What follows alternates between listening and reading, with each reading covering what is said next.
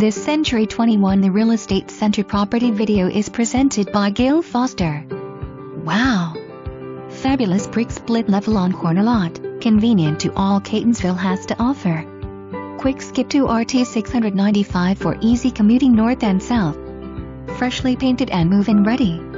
Lots of seller updates including replacement windows, 2015 stainless steel kitchen appliances, 2015 including 5-burner gas stove, water heater and rear fencing, 2016, family room new flooring, 2017 and garage conversion, 2019.